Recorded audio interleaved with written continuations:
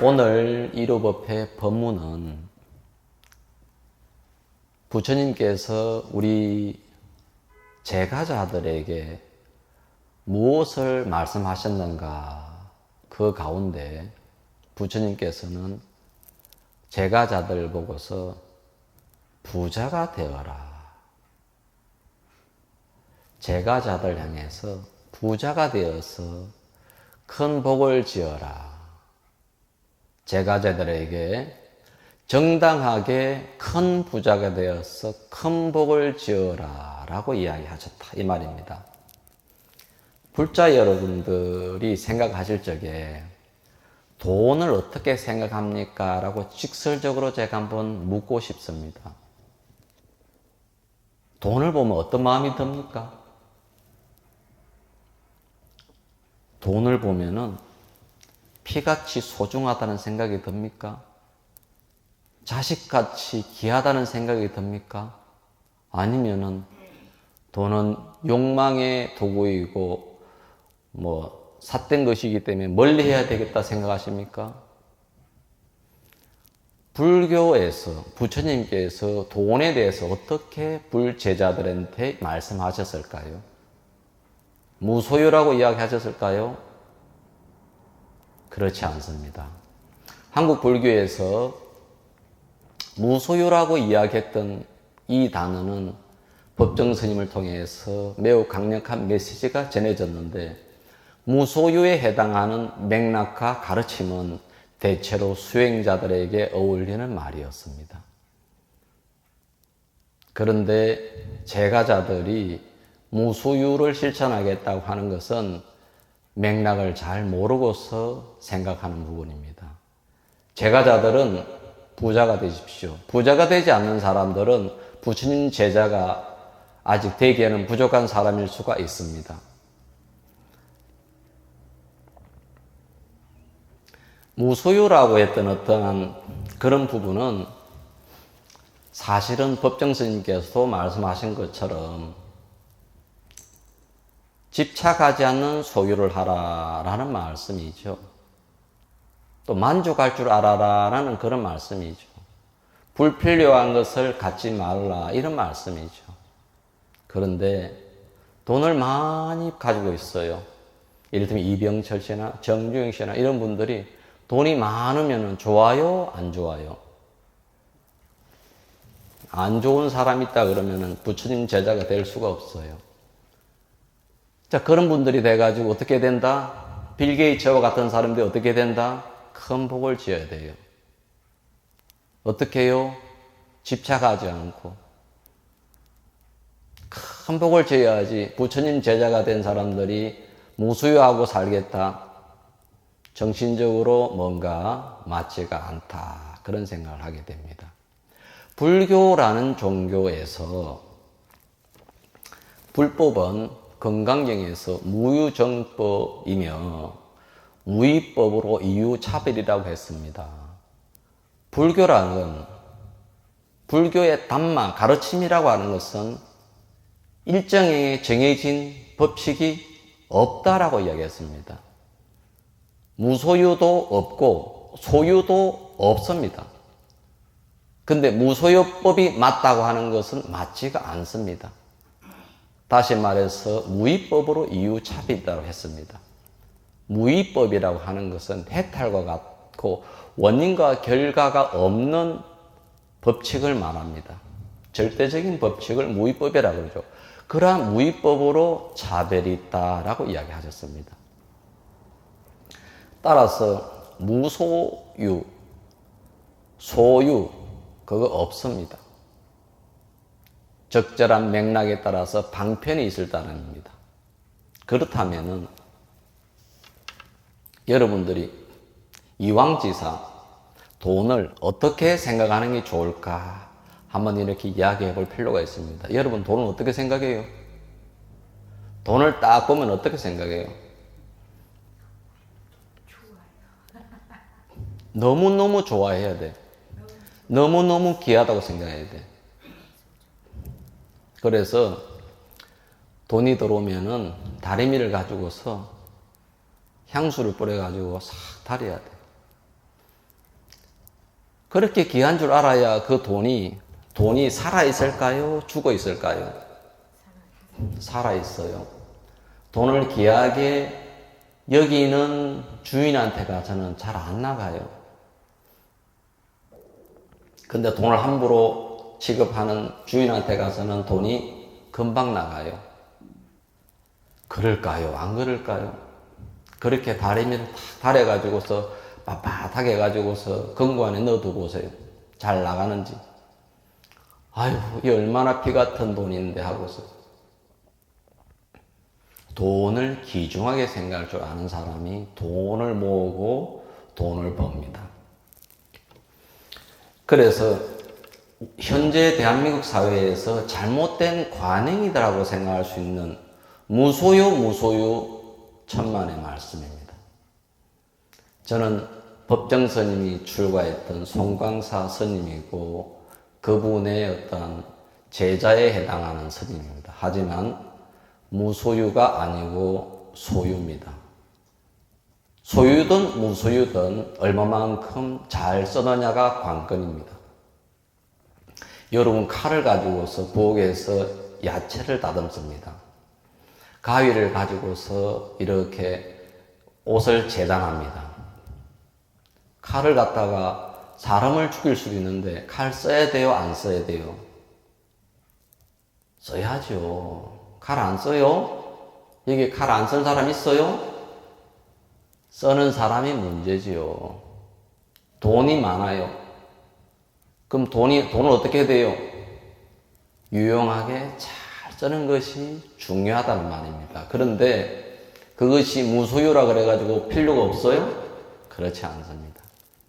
아주 소중한 것으로서 우리가 잘 벌어서 모아서 잘 써야 되는 것이 돈입니다. 여러분 동감하시는가요? 돈이 싫은 사람 있으면 제발 저한테 좀 갖다 주세요. 제가 잘 간직하겠습니다. 잘 쓰겠습니다. 그런데 우리가 가난해서 행복해질 수 있을까요? 라는 부분입니다. 무소유에서 행복해질 수 있을까요?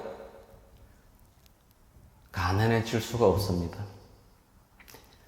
부처님께서 계셨을 때 그 시절에는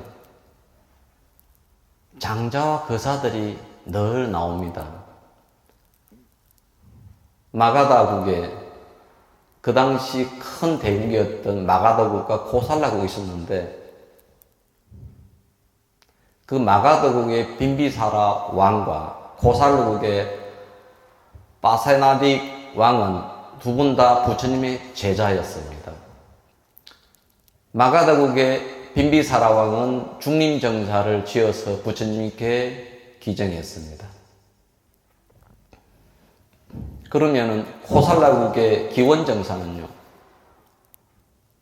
수다타 장자와 고살라국의 태자, 제타 태자, 기타 태자가 수다타 장자고 해가지고서 기원정사를 기부했습니다. 당시에 수다타 장자는 우리나라 최고의 부자라고 할 만한 정주영 씨나 이병철 씨와 같은 분이었습니다. 그 외에 수많은 부자와 장자와 거사들이 불교를 외워했습니다. 그럼 그 사람들 무소유예요, 유소유예요? 유소유입니다. 그렇게 돈을 많이 벌어서 복을 많이 지으라고 했는데 불교에서는 함부로 무소유 그거 제대로 알고 있는 말이 아닙니다. 우리 불자들이 된다고 하는 것은 반드시 부자가 되어야 그것이 부처님의 가르침을 잘 따르는 제자의 모습이지, 저는 청변하게 삽니다, 그거 가난하게 삽니다, 그거 옳지 못합니다. 부처님께서는 부자가 되라고 말씀하셨습니다. 그래야만 가족도 잘 거느릴 수 있지 않겠어요? 네. 그리고 중생을 구제하는 불교 종단 또한 마찬가지로 부자가 되어야 됩니다. 불교 종단이 가난해가지고 어떻게 중생을 구제하겠어요? 아니, 그러면은 제가자들이 가난해가지고 어떻게 시주를 하고 불교가 발전하겠어요? 불교는 풍요로운 종교다라는 사실을 갖다가 우리가 알면 좋겠다 생각이 듭니다. 그 부처님께서 경전에 대한 이야기 말씀드릴게요. 가난이라는 것이 무엇인가에 대해 부처님께서 말씀하셨습니다. 전륜성왕 사자후경에서 가난이, 부처님 말씀입니다. 가난이 범죄와 타락의 근본적인 원인이라고 지적했다. 가난은 인류의 적이다. 그래서 부다는 당시 통치자였던 왕들에게 범죄자를 징계하는 것만으로는 문제를 해결할 수 없다고 조언했다. 그 대신 모든 백성들이 각자의 위치에서 생업에 종사할 수 있도록 배려해 주면 범죄는 점차 줄어들고 평화로운 사회가 건설된다고 왕들에게 충고했다. 이러한 부다의 가르침은 오늘날에도 매우 유용한 경제정책이라고 할 수 있다. 어떻습니까? 그리고 신수대장경에서 금색왕경이라는 경에서 부처님께서 이런 말을 하십니다. 어떤 괴로움이 가장 무서운가? 빈궁의 괴로움이다라고 이야기합니다. 가난입니다. 죽는 괴로움과 가난한 괴로움 두 가지가 모두 다름이 없으나 차라리 죽는 괴로움을 받을지언정 빈궁하게 살지는 않으리라. 부처님께서 이런 말을 하셨어요. 무소유요, 유소유요. 부처님께서는 부자가 되어라고 해서 그렇게 이야기를 하신 겁니다, 여러분. 근데 한국 사회를 바라보는 선임의 입장에서 자본주의 사회에서 또는 자본주의 종교 시장에서 우리 불자님들이 무소유하게 살아라. 그거는 맥락 자체가 수행자들을 위한 어떠한 큰 맥락이고, 그리고 소유를 하되 집착을 하지 말라는 이야기지 가난하게 살라는 말은 전혀 아니다. 이런 말을 갖다가 정말로 말씀해 드리고 싶은 마음입니다. 우선 충분한 부자가 되어야 합니다. 그래야 최소한 자기 가족들을 거느릴 수 있지 않겠어요? 이번에는 강목스님이 번역했던 니까야, 디가니까야 제3권에 나오고 있는 구절에 대한 이야기입니다. 마치 벌들이 부지런히 재물을 모을 때 재물이 꿀이 모이는 것이 마치 개미집이 높이 자라는 것 같다. 그와 같이 재물을 모은 뒤 제가자는 자신의 가문을 부양하나니 네 등분으로 재물을 나누어서 첫 번째 몫은 생활에 사용하고 두 번째, 세 번째 2분의 1은 사업하는 데 쓰고 네 번째는 4분의 1은 저축하는 데 써라. 저축은 왜 하죠? 행여 재난에 대처하기 위해서다. 부처님께서 2분의 1은 사업하는 데 쓰고 2분의 1은 생활하는 데 쓰고 4분의 1은 생활하는 데 쓰고 4분의 1은 저축하는 데 써라 그랬습니다. 얼마나 대단하신 말씀입니까? 여기서 무소유 이야기했어요? 아니면 돈을 많이 벌어서 부자 되라 그랬어요? 부처님께서는 이 디간니까에서 제가자는 재물을 모아라. 그리고 자신의 가족을 잘 부양하라라고 이야기하십니다. 그리고 어떻게 해요? 기술을 익혀서. 어떻게 분배를요? 우리가 생활비가 얼마나 들어요? 생활비, 의, 식, 주, 차량, 유지비, 세금, 핸드폰 등 통신비, 그리고 자기 개발비, 품위 유지비, 이것을 가지고 4분의 1을 쓰라고 했으니까 4분의 3을 갖다가 이거 하고 더 벌어야 돼. 여러분 그 정도 벌고 있어요? 그래가지고서 이것보다도 2분의 1은 사업을 투자하라고 그랬어요. 이렇게 하신 분이 된다면 이 사람은 정중 씨와 같은 분이 될 겁니다. 우리가 생활비가 지금 얼마나 들어가요? 우리가 버는 것에서 아마 뭐 이자, 세금, 생활비 하면은 저축을 갖다가 한 4분의 1을 할지 모르겠어. 사업비로서 2분의 1을 갖다가 투자할 거는 둘째 치고라서 근금 전략해야 되고, 저축해야 되고, 사업을 위해서 투자를 해야 되고, 부처님께서는 2500년 전에 이렇게 말씀하신 건데 무슨 무소유 같은 소리를 합니까? 라는 생각을 하게 되는 거예요. 돈이 많으면은 의식이 넓어집니다. 돈이 적으면은 의식이 좁아집니다. 불행해집니다. 여러분, 제 말이 맞습니까? 틀렸습니까? 전 세계에 있는 모든 사람들의 관심 주제가 뭐죠? 하나, 둘, 셋. 돈입니다. 돈. 사랑입니까? 돈입니까? 요즘은 자본주의 사회에서 정말 중요한 것은 돈입니다. 아이들도 공부 잘하라. 왜? 학문 되라. 왜? 집 사라. 왜? 돈입니다. 자본주의 사회에서의 돈입니다.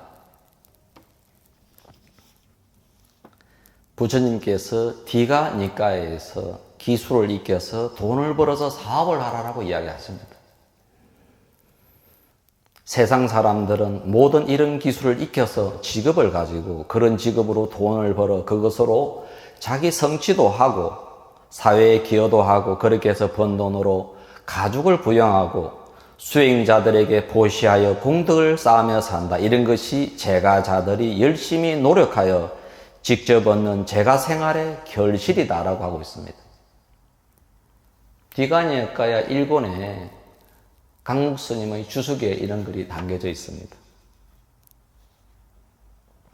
또 중아함경에도 오늘 경전의 사례들을 제가 이야기를 하고 있는데 불자님들이 정말 잘못 알고 있는 거예요.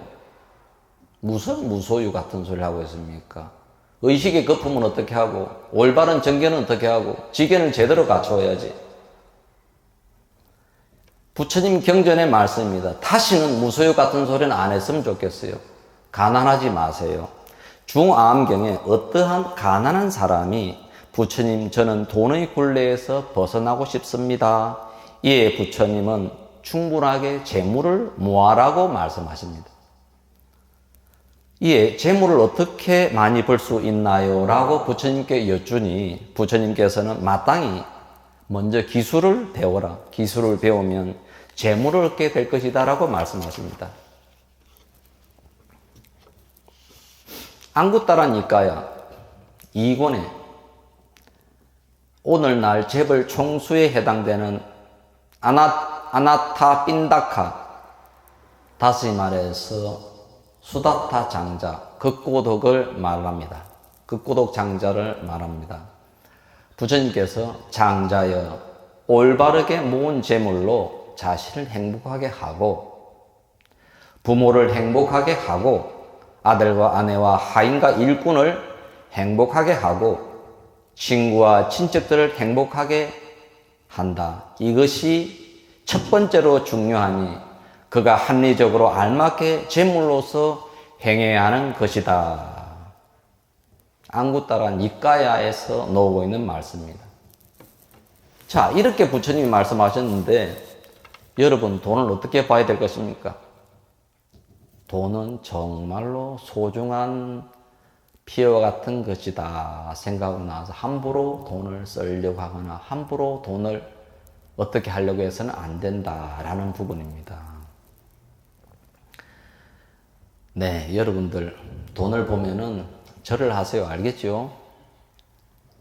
아유, 이 귀한 것이 나에게 왔고 나고서 그러고 나서 우선은 저축을 하거나 잘 투자를 하십시오. 잘 사업을 위해 투자를 하라 그랬습니다. 자, 지금이 현대 산업 자본주의 사회입니다. 부처님 시절과 같을 정도로 농경, 상공업이 진행되는 그런 사회 가지고서 정말로 급성장한 산업 자본주의 사회 속에 살고 있습니다. 우리 불자들은 어떻게 이 사회를 부처님의 가르침의 뜻을 이어받아서 살아가야 될까요? 부처님 당시에 우리나라 정중 씨와 같은, 이병철 씨와 같은 수다타 장자가 있었습니다. 근데 수다타 장자가 사업을 하다 보니까 원래 코살라국의 대부호인데 마가더국에다가 갔어요. 그런데 부처님을 보시게 된 거예요. 얼마나 희열과 기쁨과 감탄과 그렇게 해가지고서 부처님한테 가가지고 부처님을 저희 나라에 모시고 싶습니다. 그렇게 말씀을 드리고 이 수자타 장자, 매우 불쌍한 사람을 연민스럽게 여기다라고 해서 극고독 장자라고도 부른답니다. 근데 그 코살루국에 돌아와서 보니까 부처님을 모시려고 하니 어디다 모셔야 되겠어요? 최고로 좋은 곳에, 최고로 좋은 땅을 갖다가 사가지고 그곳에다가 사원을 지어서 부처님을 모시고 싶은데 돈이 문제가 아닌 거야, 이거는. 그래서 보아하니 코살라국의 왕자 기타태자 또는 제타, 빨래로 제타태자라고 하는데 그 태자가 가지고 있는 제타 농원이 너무너무 땅이 이쁘고 좋은 거예요. 명당인 거야. 그때 그 태자한테 가서 태자님, 제가 이 땅을 좀 샀으면 좋겠는데요. 저에게 좀 파시지요 하니까 그 태자가 어떻게 이야기했겠어요? 코웃음을 친 거예요. 그러면서 제가 두께 5촌은 모르겠는데 두께 5촌 정도의 높이로 금을 쌓아가지고 이 제타 정원을 덮으시오. 그러면 내가 팔겠어. 그냥. 근데 돈이 그 나라에서 가장 많은 장자가 코살루국에 있는 자기 가진 돈, 있는 돈 없는 돈을 가지고 다 투자를 했네. 금을 사들였네. 그런데 다 덮을 수 있어요? 못 덮어요? 못 덮은 거야. 그래서 못 덮고서 아무리 해도 못 덮고 그러니까 그러면고 눈물을 흘리는 거예요. 근데 이 모습을 보고 있는 태자가 어떻게 보겠어요? 아니 무슨 이런 사람이 다 있을까? 도대체. 그리고 자기 아버지 부왕께서는 이미 부처님의 제자였었고 그래서 이 태자가 이 수다타 극고돈 장자를 보고서 나도 동참하겠소. 그렇게 가지고서 땅은 당신이 사시는 걸로 하고 이 선원을 짓는 것은 제가 짓는 걸로 하겠습니다. 이 숲과 나무를 제가 제공하겠습니다. 이렇게 해서 만들어졌으니 그것이 기원정사다. 그래서 기원정사, 기수극고도권 두 분의 이름을 따가지고서 그래서 기타 태자의 숲에 이렇게 극고도건의 어떠한 땅, 그래서 기수극고동이라고 하는 기원정사가 만들어지고 부처님께서 거기서 19년을 사시게 됩니다. 전반기 중림정사에서 사시고 후반기 기원정사에 사시게 되는데 아무튼 마가다국에서 사시다가 코살루국에 오셔가지고서 약 25년을 갖다가 살게 되는 장면이고 가장 안글을 많이 했던 곳이 기원정사입니다. 제가 인도 선교순례를 갔다가 2번을 갔습니다. 근데 기원정사를 갈 때마다 다른 곳보다 저한테는 매우 감동적이었어요. 그렇게 편안함과 고요함을 줄 수가 없었어요. 정말 좋았어요. 그리고 한국에 넘어와서 평소대로 이렇게 생활을 하면서 지내다가 어느 날 기분이 울적했어요. 그러다가 기원정사 사진을 우연히 봤어요. 그 사진을 보았는데 제 기분이 다시 회복이 되더라고. 아, 여기에 영적인 파워가 참으로 강한 곳이로구나. 참으로 귀한 곳이구나라는 그런 생각을 한 적이 있습니다. 자, 오늘 주제에 조금 벗어나는 것 같습니다만은, 아니, 수자타 장자가 되어야 되겠어요? 무소유를 실천한다면서 가난하게 살아야 되겠어요? 불교라는 종교가 그 당시에도 풍요로운 종교였지 가난과 청변을 이야기하는 종교가 아니다는 사실이라고서. 일단 불교를 떠나서 우리가 가난해지면은 의식이 넓어져요. 부자가 되면 의식이 넓어져요. 곳간에 뭐가 난다고요? 인심이 난다고. 아니, 곳간도 없는 사람이 무슨 인심이 나가지고서 그래가 보시를 할 수 있겠어요? 밝은 미소를 지을 수 있겠어요? 미소 보시를 할 수 있겠어요? 친절 보시를 할 수 있겠어요? 반드시 부자가 되어라 라는 부분에 대한 이야기를 이 초기 니까야에서 부처님께서는 어떻게 말씀하시고 어떤 분들을 찬탄하셨는가에 대한 이야기를 갖다가 지금 이야기하고 있습니다. 자본주의 사회의 특징은 뭐냐면은 개인의 사유재산을 가질 수도 있고 자유롭게 처분할 수 있는 권리를 법률로서 보장한다라고 하는 것이 자본주의 사회입니다. 그러다가 보니까 대한민국은 사유재산을 취하기 위해서 노력해요, 노력 안 해요? 열심히 노력하죠. 왜냐하면 자본주의 사회니까. 그럼 우리 부자는 어떻게 해야 돼요? 열심히 자본을 모아서 부자가 돼야지. 한국 사회는 자본주의 사회고 자본주의 부처님 제자들이고 자본주의 성가입니다. 여기에서는 저는 스님으로서 포교를 위해서 그런 생각도 해요. 포교하는 스님은 자본주의 사회를 잘 알아야 된다. 그래서 자본을 어떻게 가지고 어떻게 투자를 해서 어떻게 종교 부지를 사가지고서 어떻게 크게 아름답고 웅장하고 아름답게 절을 만들어서 어떻게 귀한 법문을 갖다가 제가자들한테 전할 수 있어야 된다라고 생각하는 것이 자본주의 성가에 살고 있는 제가 바라보는 세상에 대한 직접적인 생각입니다.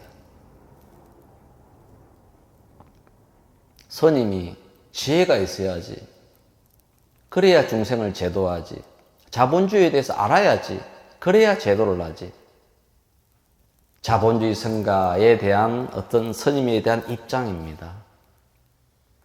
우리 오늘 오신 우리 여기 부처님 제자들께서는 돈 많이 버시고 부자 되세요. 감사합니다. 네, 꼭 그러셔야 됩니다. 가난하다라고 하는 것은 어찌 보면은 제약입니다. 불성실합니다. 자제력이 없습니다. 인내심이 없습니다. 누군가 도와주지 못한 사람이 겪어대는 것이 뭐냐? 가난입니다. 저는 유태인 같은 어떤 사람들, 국민성을 배워야 되지 않느냐, 그런 생각을 합니다. 네. 이 정도 이야기하면은 오늘 경전 사례들을 갖다가 제가 여러 개를 들어서 간곡하게 이야기했습니다만은 지금 현재 대한민국 우리 국민들이 겪고 있는 금리 상승으로 인해 가지고서 아주 많은 어려움들을 겪고 있는 줄 알고 있습니다. 요즘에 보니까 아파트, 이 경기도권에서 아파트를 작년 말에 9억 5천 주고 샀대요. 근데 지금 얼마 나가니까 5억 5천 정도 나간대요. 근데 대출을 얼마 했냐니까 4억을 했대요. 그래 상담을 하는 거예요. 그러면 한 달 이자가 얼마인 줄 압니까? 250만 원이에요. 그래서 지금 이 집을 팔아야 돼요? 말아야 돼요? 라고서 지금 고민 상담하는 시대입니다. 그럼 팔면은 자기 돈이 얼마였어요? 이제 자기 남는 돈이 1억 얼마밖에 안 남아요. 그래 해야만 250만 원 이자를 안 줄 수가 있는 거예요. 견디어야 돼요? 팔아야 돼요? 라고서 고민하는 시대입니다. 이 상황을 갖다가 바라볼 적에 욕심이 문제였겠죠. 그리고 원망도 생길 수가 있어요. 정부가 유동성 확대와 더불어서 금리를 인하시키고 유동성을 확대시키고 그래가지고서 얼마나 돈을 풀었어요. 근데 그 당시 풀면서 정부가 만약에 우리 국민들한테 이야기할 수 있다면은 여러분 지금은 경기가 안 좋기 때문에 유동성 확대를 위해서 자본을 풉니다. 돈을 풀면은 거품이 생깁니다. 그런데 시간이 지나면은 고금리가 생길 것입니다. 그리고 자본을 회수하는 자이언트 스텝이라는 것이 일어날 것이고 그러다 보면은 어려움을 겪는 사람이 있을 것입니다. 그러니 함부로 욕심을 부려서 영끌이라든지 그런 투자는 조심하십시오라고서 정부가 이야기하는 게 좋아요? 안 하는 게 좋아요? 강력하게 이야기가 됐는데 일부 경제학자들만 이런 이야기를 했단 말이죠. 그래서 지금 우리나라가 겪는 엄청난 소용돌이에 들어서게 되었다는 말입니다. 네, 많은 참고할 분들이 많을 거예요. 욕심을 안 내고 그냥 그러려니 하고 사신 분들은 지금쯤 돈을 모아서 괜찮은 아파트 하나 살 수 있겠네 이제는 또 이럴 수도 있을 것이에요. 자본주의에 살고 있는 우리가 정말로 올바르고 성실하게 해서 큰 부자가 되십시오. 불자님들한테 간곡히 바랍니다. 그리고 큰 복을 지으십시오. 우리 부처님의 제자가 되는 우리 불제자님들한테 간곡히 바랍니다. 현명해지시고 실천적인 종교 불교가 되도록 노력하겠습니다. 오늘 이것으로 법문 마치도록 하겠습니다. 감사합니다.